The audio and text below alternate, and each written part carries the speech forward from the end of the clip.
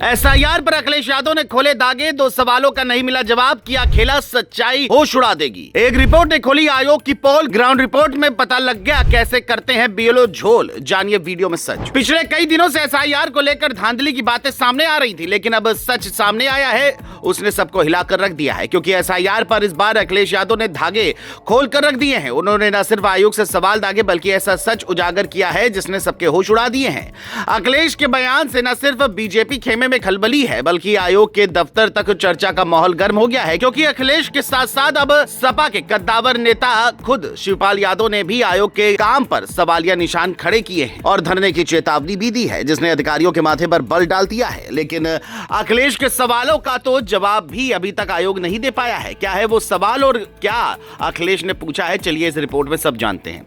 दरअसल यूपी की सियासत में एक ऐसी कहानी निकलकर सामने आ रही है जिसने वोट की पवित्रता पर सवाल खड़ा कर दिया है। पूर्व मुख्यमंत्री ने कहा कि एसआईआर की आड़ में एक खेल चल रहा है और अब एक रिपोर्ट में उसी खेल की परतें खुलती दिख रही हैं। अखिलेश का दावा था कि फॉर्म 7 के जरिए चुनिंदा लोगों के नाम काटने की कोशिश हो रही है और वो भी बिना उनकी जानकारी के। अब जब गांव की जमीन पर जाकर देखा गया तो तस्वीर चौंकाने वाली निकली। जिन लोगों को मृत या गायब दिखाकर नाम काटने के लिए फॉर्म डाले गए थे वो लोग खुद सामने खड़े मिले, जिंदा भी थे और उसी इलाके में रह भी रहे थे। यही पर सवाल उठता है कि अगर ये गलती है तो इतनी बड़ी गलती बार बार कैसे हो रही है, और गलती नहीं तो फिर ये किसकी रणनीति है। आपको बता दें कि रिपोर्ट में सामने आया है कि एक ही गांव में दर्जनों लोगों के नाम काटने के लिए फॉर्म डाले गए। किसी बीएलओ के पास 100 से ज्यादा फॉर्म पहुंचे तो किसी के पास 20 से 30 तो किसी के पास 50 के करीब।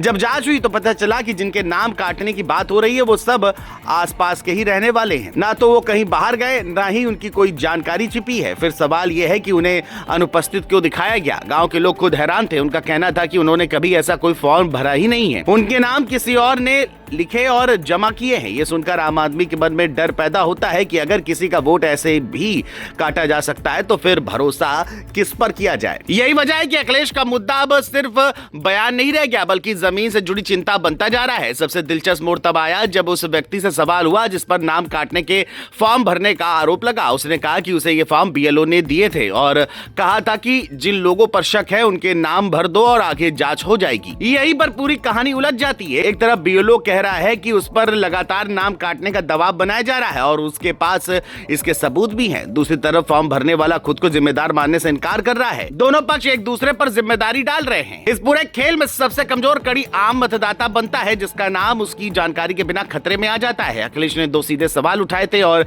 रिपोर्ट्स के सामने आने के बाद ये सवाल और भी गहरे हो गए हैं। पहला सवाल ये कि एक ही गांव में इतने ज्यादा फॉर्म आखिर कैसे भर दिए गए। दूसरा सवाल ये कि जब सभी लोग जिंदा हैं, मौजूद हैं और इसी इलाके में रहते हैं तो नाम काटने की प्रक्रिया आगे क्यों बढ़ी। बीएलओ का कहना है कि जांच के बाद उन्होंने फॉर्म आगे नहीं बढ़ाए, लेकिन असली सवाल यही है कि अगर जांच नहीं होती तो क्या होता। चुनाव सिर्फ वोट डालने का दिन नहीं होता है बल्कि भरोसे का सिस्टम होता है।